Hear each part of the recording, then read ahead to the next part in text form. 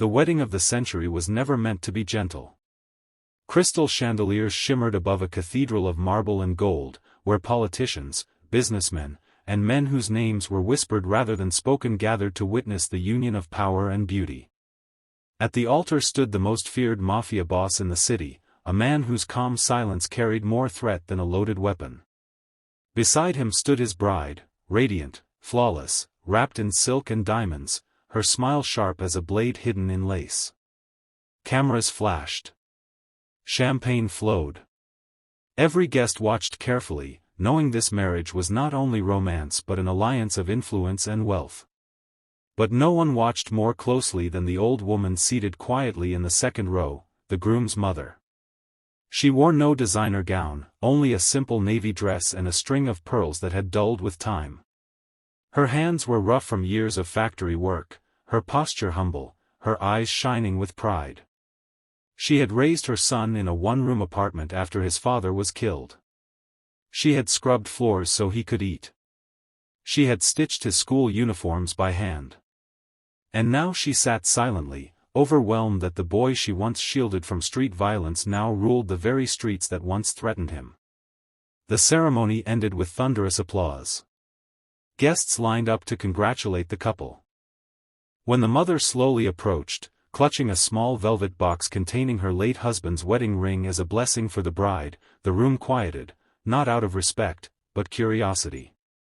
The bride turned, looked at the old woman from head to toe, and forced a tight smile. "Oh," she said loudly enough for nearby guests to hear, "I didn't realize the staff was allowed to mingle with the family photos."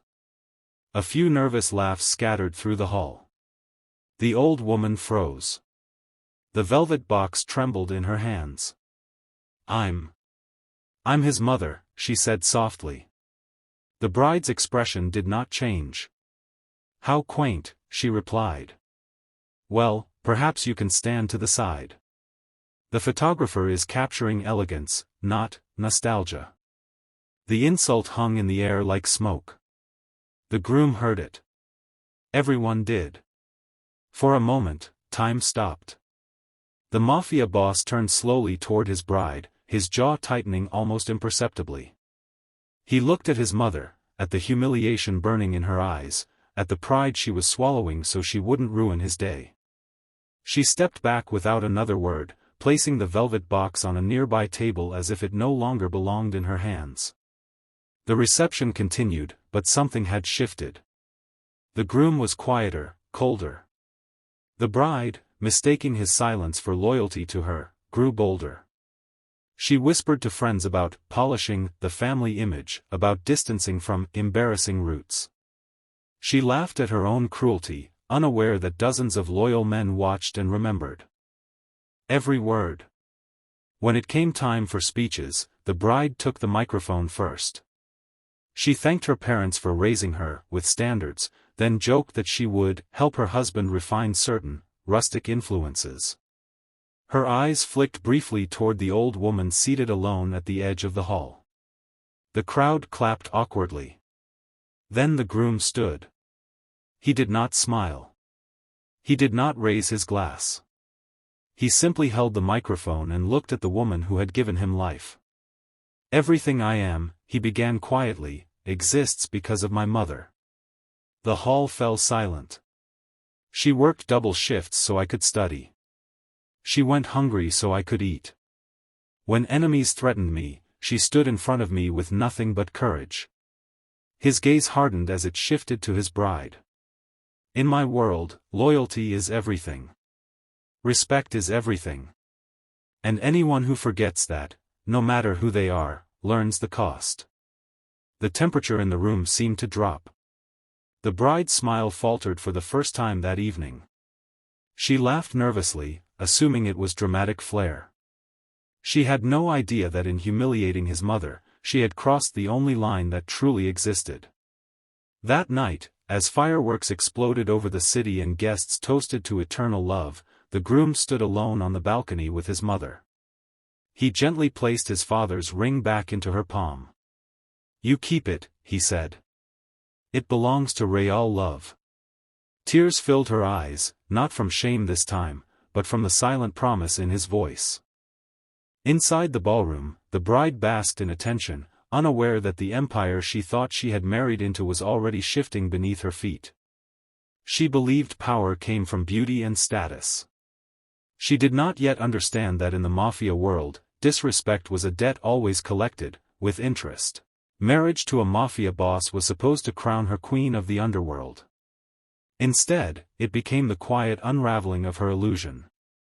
In the weeks after the wedding, the bride noticed subtle changes. Invitations she expected never arrived. Business dinners excluded her. Decisions were made without her knowledge. At first she blamed tradition, telling herself powerful men handled serious matters privately. But whispers began reaching her ears, whispers of loyalty, of respect, of how the boss valued one thing above all else: family. Not image. Not wealth. Family. She attempted to smooth things over, sending expensive gifts to her mother-in-law, designer handbags, luxury spa vouchers, a new car delivered with a ribbon. Each gift was returned untouched. No note. No message. Silence can be more terrifying than threats, and the silence in that mansion grew heavier by the day. One evening, she overheard a conversation that froze her blood. Two senior members of the organization were speaking in low tones. "He forgives enemies faster than he forgives betrayal at home," one said. His mother cried that night. That sentence echoed in her mind. She had seen powerful men beg her husband for mercy.